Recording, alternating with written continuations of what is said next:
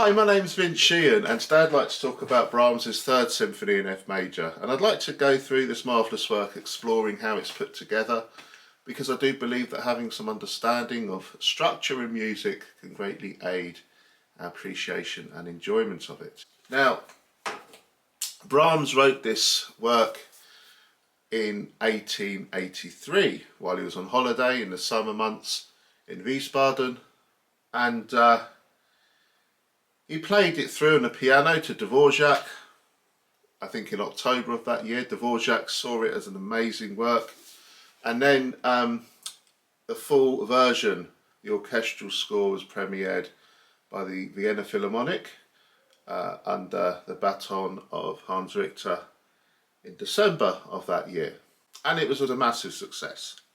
In fact, the success even worried Brahms a bit, because he didn't want his next piece to be a letdown, the Fourth Symphony, which of course it wasn't a letdown.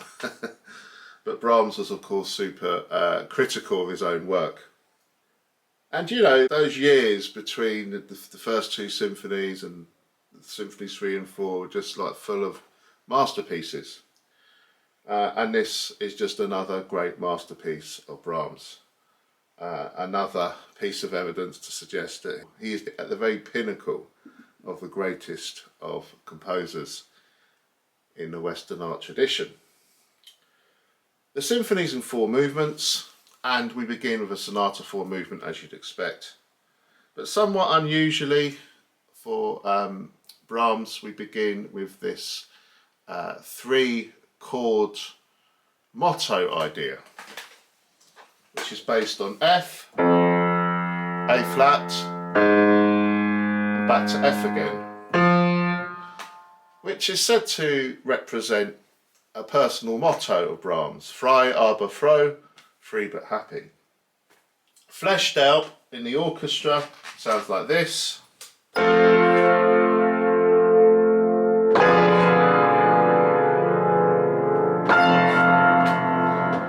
So there's that wonderful resonance about those chords, and the A flat in the second chord calls to mind something of the minor mode, F minor. So there's an ambiguity at the beginning of this music. And indeed you can see this F, A flat, F motto throughout the whole symphony if you look hard enough, but most notably right at the end of the work. So listen out for that. We then come to the main theme of the first subject group, which is this impassioned theme. It goes like this.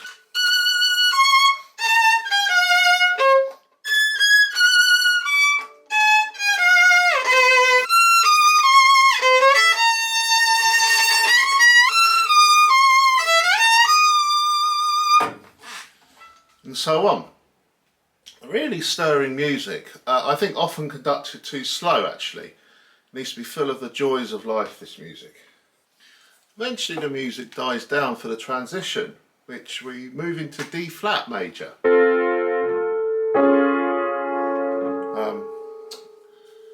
Quite a shift already at the beginning of the transition. That goes like this.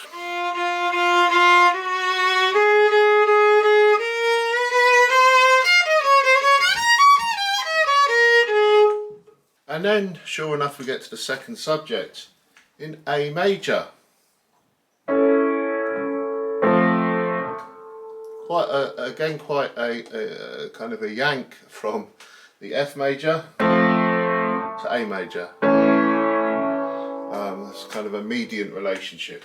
And this is a lovely kind of charming tune with this this rocking waltz-like almost accompaniment, which we hear in the clarinets and bassoons first.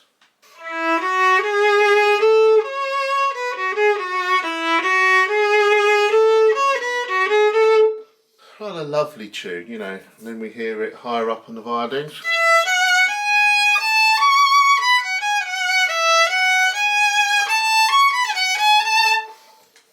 So on. Also in the second subject group, listen out for this.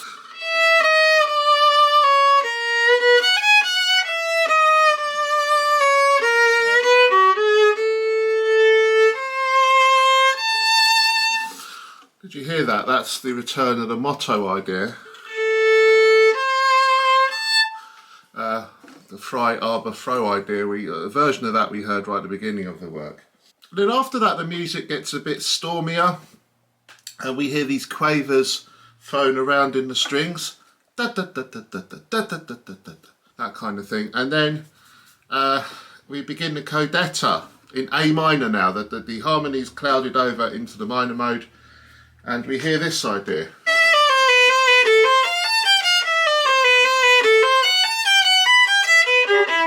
Etc. Which brings us to the close of the exposition. And sometimes if the exposition's repeated, you might hear in stark octaves, so that motto idea. Dum, dum, da, dum, back to the first subject. But I quite like it when we go straight headlong into the development, because the development is thrilling, just such stirring, passionate music. We begin with a version of the second subject. Remember that theme? Well,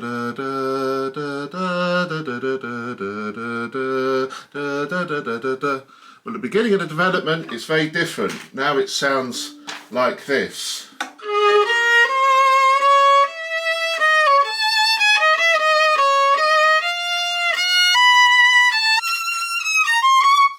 And we have those cutting quavers we heard in the Codetta.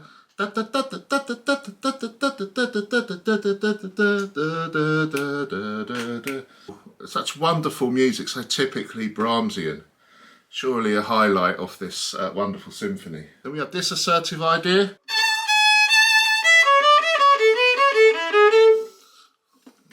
Dum dum dum da da da dum, passing, modulating all the time. We have that other idea from the second subject group.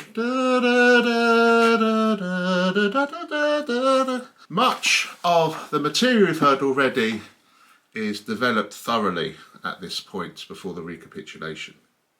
And even listen out for hints of the motto idea. The recapitulation is fairly standard. First subject, transition. Just got a slightly different colouring because of the harmonic scheme, so it's very beautiful the way that's slightly altered. The second subject and the Codetta. And then we have the Coda, which is a wonderful summation of what we've heard so far. Based on the first subject, but with rather agitated undertones as well. But then the strings kind of rise on this crest of a wave. I love this bit. It's kind of like...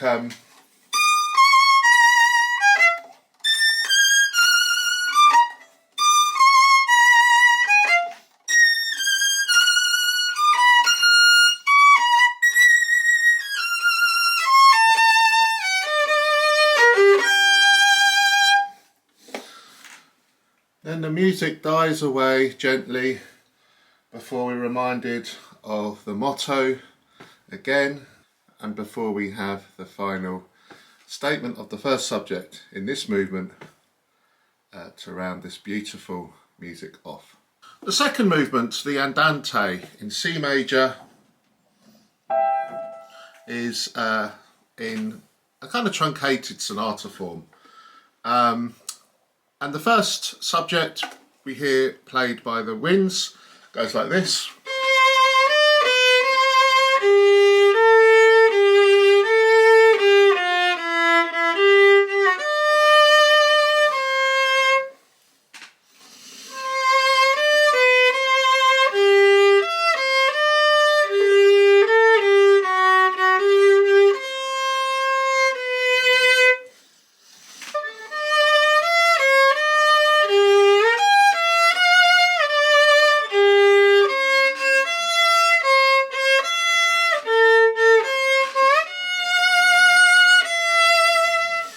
Lovely, gentle, almost pastoral music. And the transition is based on that first subject melody, but we have an additional figuration, maybe like a running brook.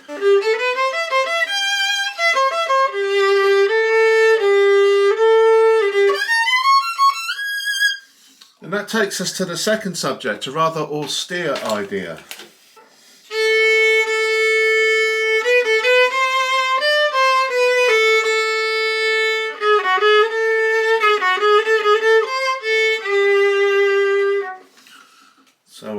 And then we have a slightly warmer idea.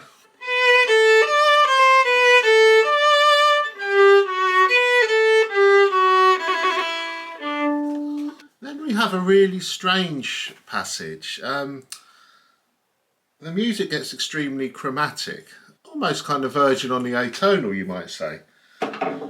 We have these kind of weirdly spaced chords throughout the orchestra.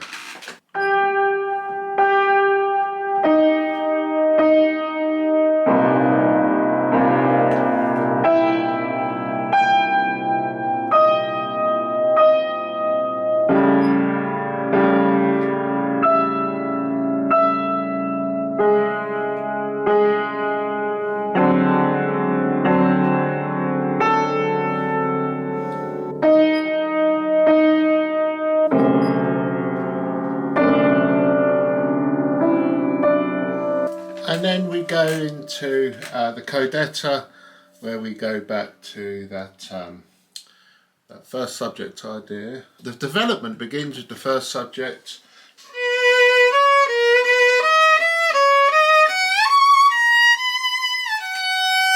And then we change key again. We come to this rather explosive idea, kind of full of rage in this seemingly very placid movement. And then we're back to the recapitulation with the first subject. The recapitulation is shortened. We have the first subject, as you'd expect. There's no transition and no second subject, but we go into this luminous coda. I think one of the most beautiful passages in all of Brahms's music. There's always one passage in each of the symphonies which kind of makes your heart stop because of the sheer beauty of it. And in this symphony, it's this moment in the coda of the second movement. The violins have this gorgeous melody.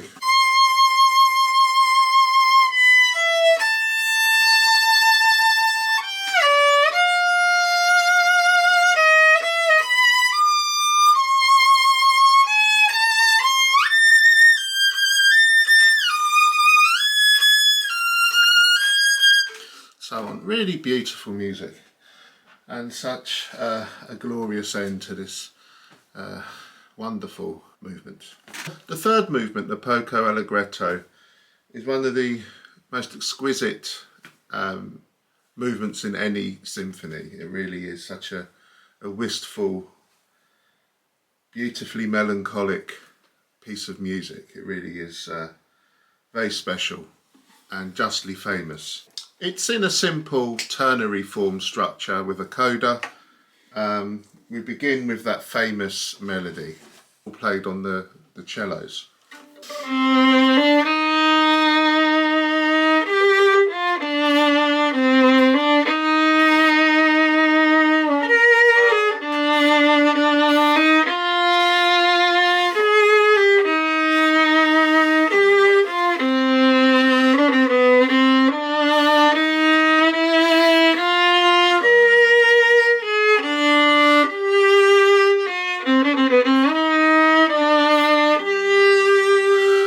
Then it moves up the octave to the first violins.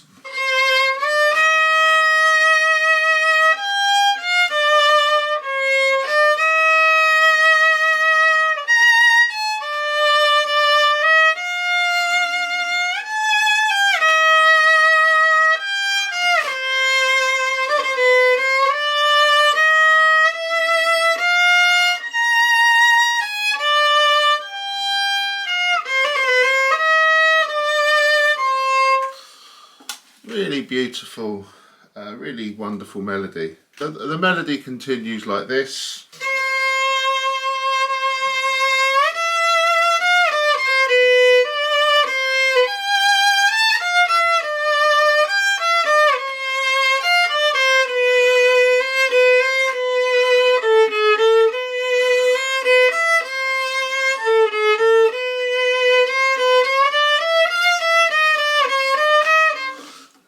Then we return to that magical melody again from the beginning. So listen out for this wonderful accompaniment in the bassoon.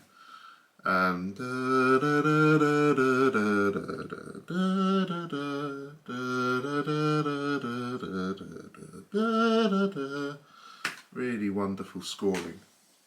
And just before we move to the central section, listen out for this major-minor juxtaposition. This will play a part in this, this B section, which goes like this.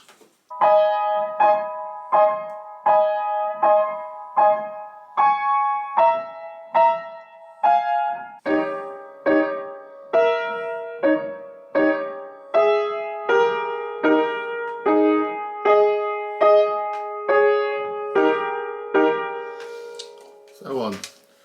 Note the typical Brahmsian accompaniment here, off the beat. Brahms is so full of life rhythmically and so ahead of his time rhythmically as well. Really lifts the music. We have this glorious stretch of romantic string writing.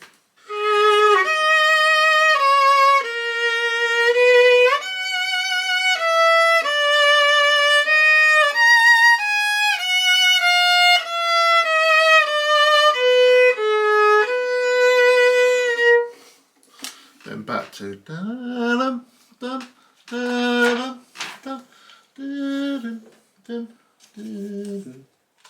that major minor thing between A flat minor to A flat major.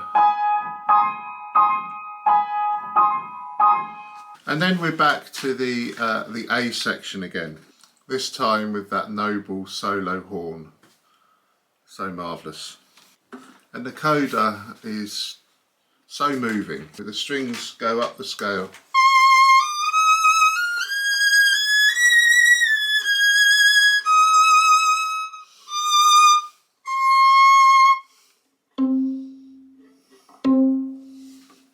The finale brims with life. The movement's essentially in a kind of truncated sonata form. We begin in F minor with this rather industrious and busy theme.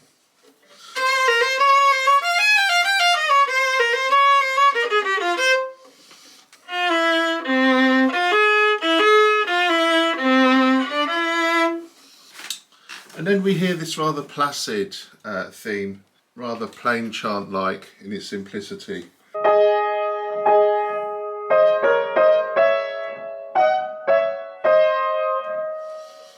Then the music erupts with the transition.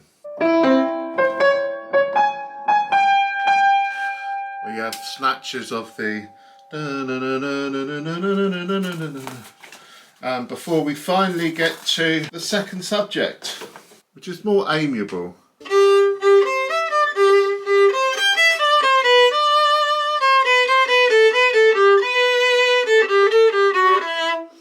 And then eventually that clouds over into the minor mode in the Codetta.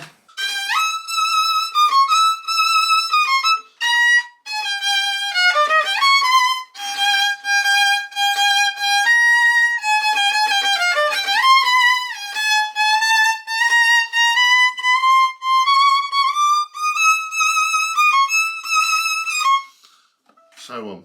Stirring music. And then we get to this really exciting passage in the Codetta where we've got these accents in unexpected places. That kind of thing, really good. And we even get a snatch of the motto. Dum dun dun dun dum dum dum dum dum dum like the very first bars of the symphony. The development is based largely on the first subject. We get these passionate outbreaks in the strings, and it's full of that first four-note motif from the first subject. Remember that idea right at the beginning of the movement in the first subject group? Dum, dum, dum, dum, dum, dum, dum, dum, dum. Well, this comes back in a ferocious way in the development. Dum, bum, bum, bum. Bum, bum, bum, bum, bum, bum, bum, bum. Really exciting moment in the symphony. And that brings us to the recapitulation. Now, because the first subject has been worked out so extensively in the development, Brahms skips it in the recapitulation. We go straight back into the transition. Dum, dum, dum, dum, dum, dum, dum, dum. We have the second subject. Dum, dum, dum, dum, dum, dum, dum, dum, da, da, da, da, da, da, da, da, da, da, da, da. We have the Codetta, dum dum dum dum dum dum dum dum dum dum dum dum, and then we're into the Coda. Now the Coda is extraordinary. Everything seems to strip away in terms of its texture. So we're left with this kind of nostalgic version of the first subject.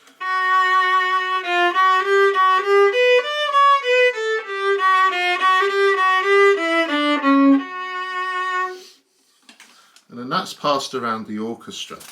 The music gets more and more transparent, more and more luminous. We sense that the music's drawing to a close, and lo and behold, at the end we hear a brass chorale and we hear one last round of the first subject from the first movement.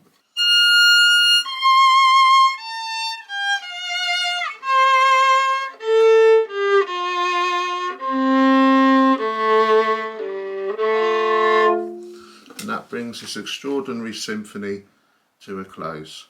Thank you for watching.